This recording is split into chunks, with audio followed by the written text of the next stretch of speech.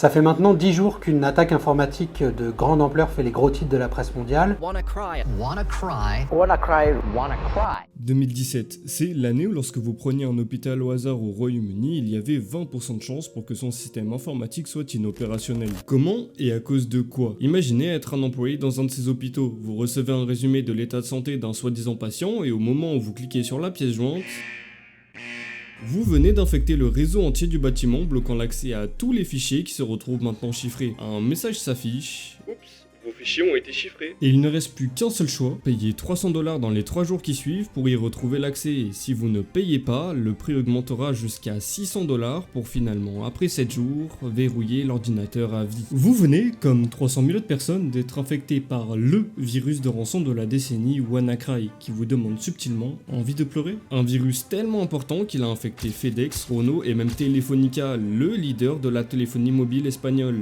C'est pas rien, je vous parle pas d'une petite infection, parce que tout ça s'est passé en 3 jours. Oui, un simple logiciel a réussi à semer le chaos et déclencher une apocalypse dans le monde virtuel en seulement 3 jours. Et pour comprendre cette ascension fulgurante, il va falloir se tourner vers le département de la défense des États-Unis, la NSA.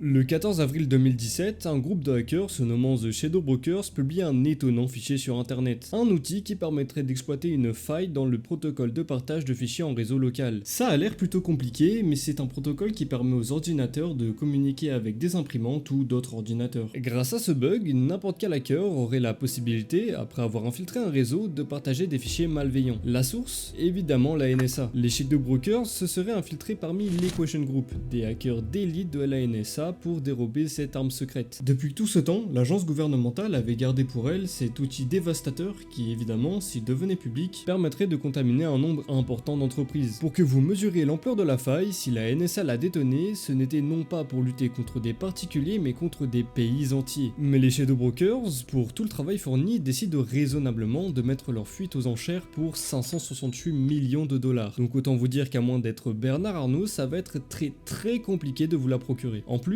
ils ne fournissent aucune preuve de la véracité de leurs trouvailles. On ne sait même pas s'ils détiennent vraiment entre leurs mains la prochaine guerre mondiale. C'est donc tout logiquement que leur enchère va s'avérer être un énorme flop. Alors, fous de rage, ils rendent tout ça public gratuitement. Parmi tous les fichiers leaks, on aperçoit les fondations de WannaCry, Eternal Blue. Ceux dont je vous parle depuis tout à l'heure, l'une des armes les plus dangereuses du monde informatique, c'est celle-ci, ce fichier. Et désormais, absolument tout le monde y a accès. Mais cette faille ne fonctionne que sous une condition, que l'ordinateur infecté tourne sous Windows XP, une version abandonnée par Microsoft car trop vieille. Et là, il y a un vrai problème qui se pose devant nous. Parce qu'on pourrait croire qu'on est sauvé. Bah ouais, en 2017, Windows XP c'était il y a 16 ans. Mais vous surestimez la capacité d'adaptation des services publics ou des entreprises. En fait, en 2017, c'est 7% des ordinateurs qui sont toujours sous Windows XP. Méfiez-vous, c'est énorme. C'est donc comme ça qu'en seulement 3 jours, WannaCry est devenu un monstre de puissance sur le terrain numérique. 3 jours? Mais pourquoi seulement 3 jours? Pourquoi pas plus? Eh bien oui. Si ce n'est pas plus de 3 jours, c'est parce que cette stat impressionnante est en fait la durée de vie du plus gros ransomware qui a fait trembler les meilleurs. Du jour au lendemain,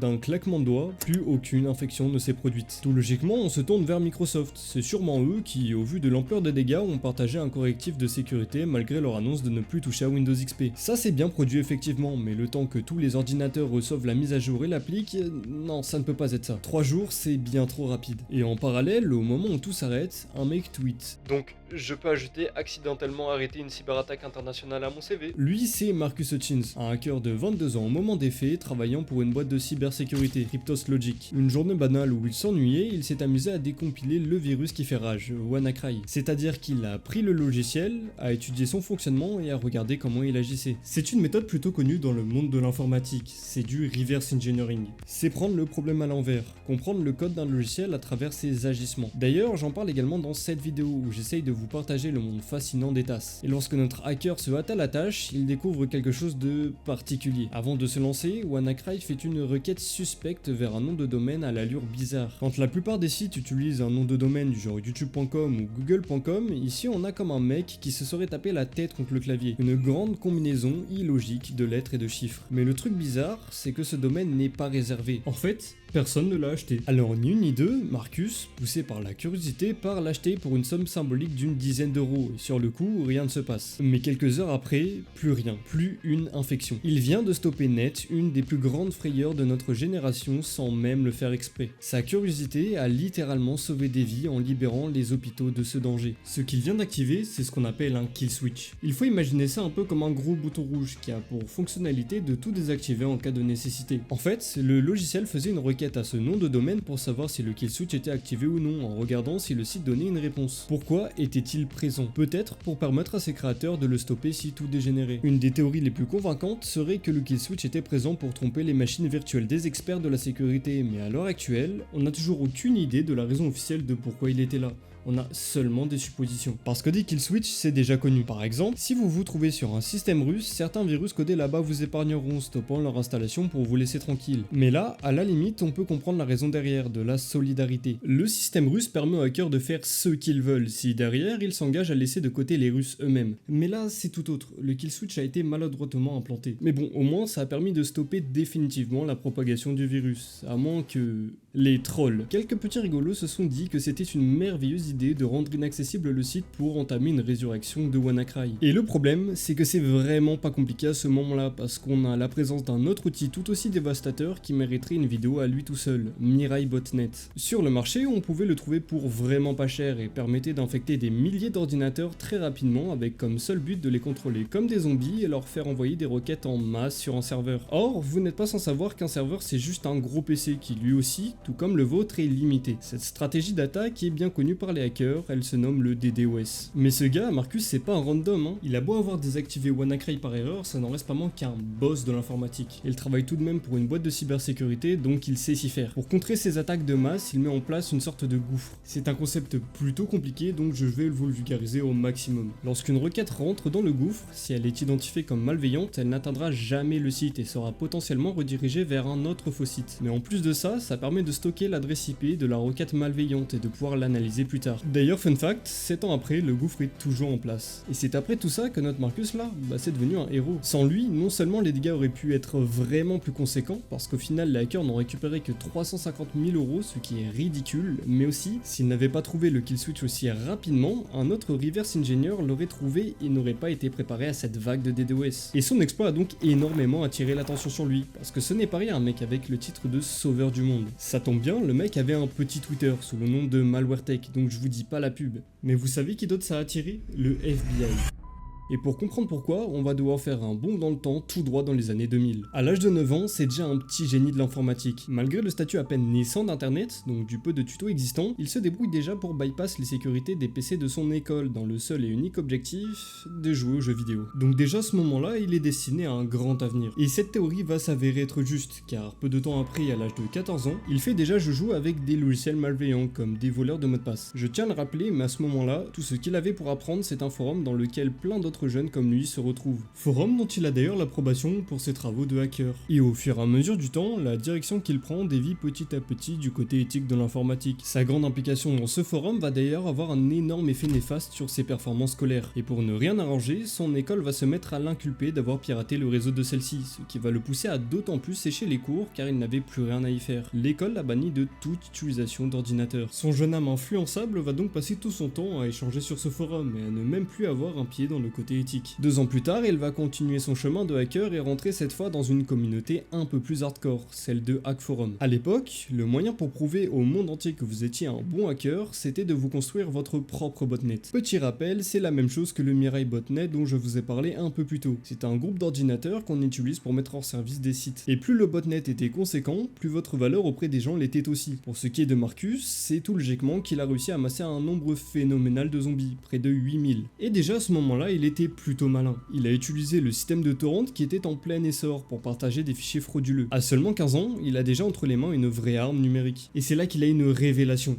Avec autant de talent, Internet c'est l'endroit parfait pour se faire de l'argent. Beaucoup d'argent. Il se met donc à vendre des malwares personnalisés comme des rats qui permettent à distance de contrôler entièrement un ordinateur. Il met en place également un service d'hébergement de sites complètement illégal pour ses amis de Hackforum. Et en parlant d'amis, un jour il reçoit un message d'un total inconnu sur ce forum.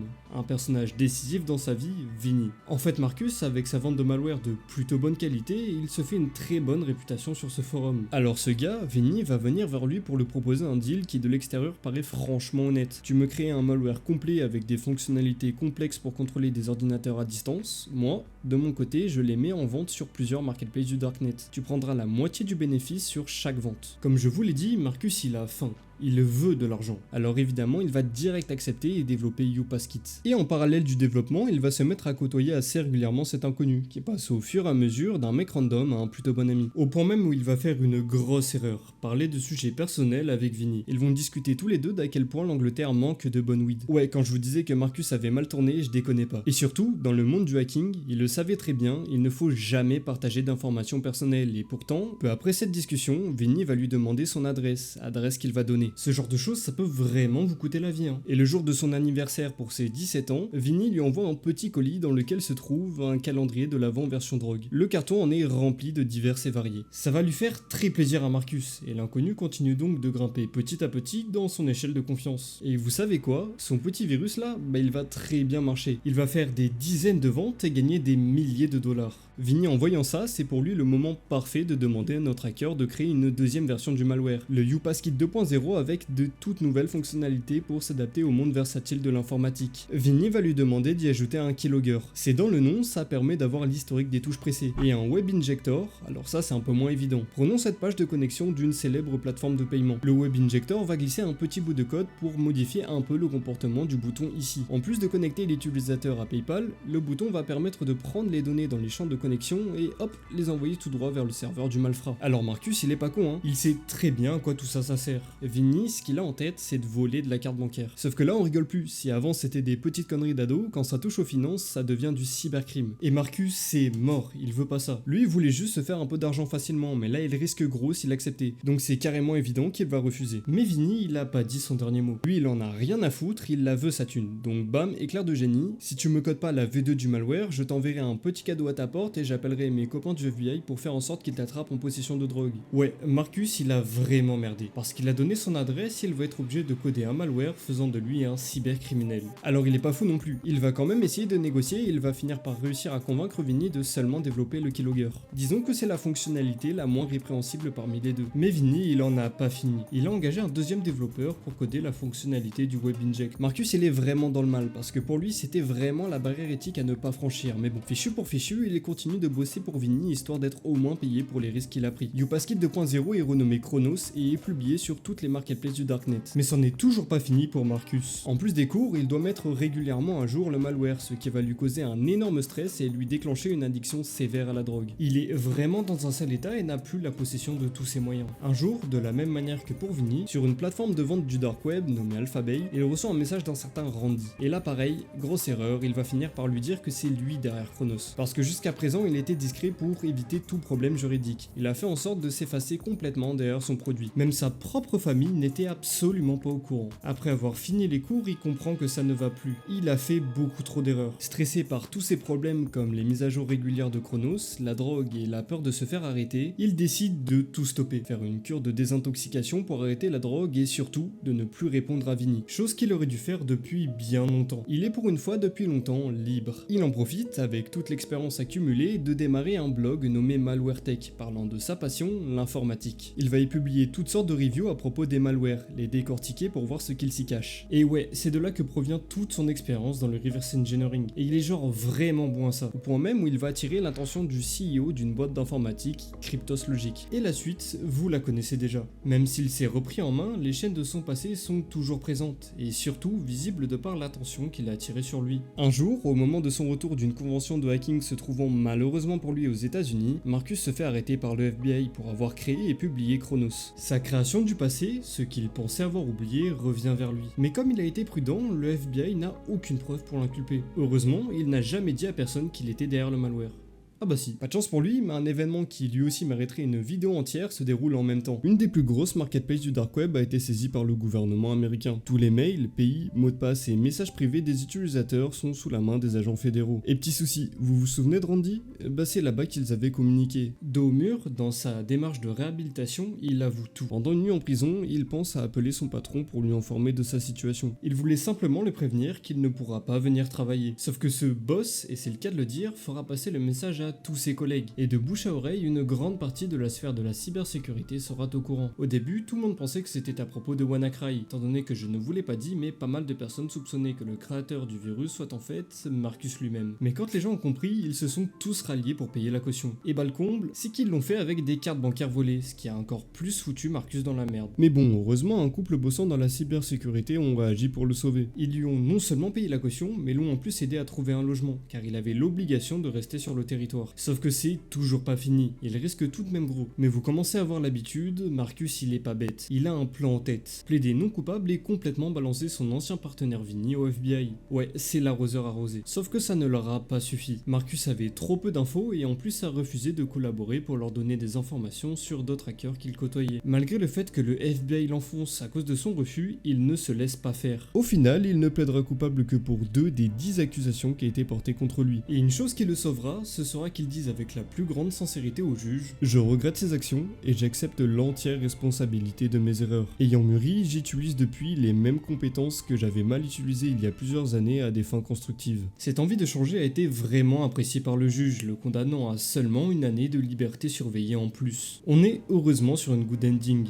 Parce que certes, Marcus a causé du tort à beaucoup de personnes, mais une chose que vous ne savez peut-être pas, c'est que presque tous les hackers héros qui vous protègent sont aussi passés par là. Depuis, Marcus a purgé ses peines, et sur YouTube à temps plein, donne des conférences et profite de sa notoriété bien méritée. Mais ce genre de conclusions ne sont pas très communes. Si cette histoire vous a plu, je vous conseille vivement d'aller voir ma vidéo sur le développeur prodige atteint de schizophrénie, Terry Davis.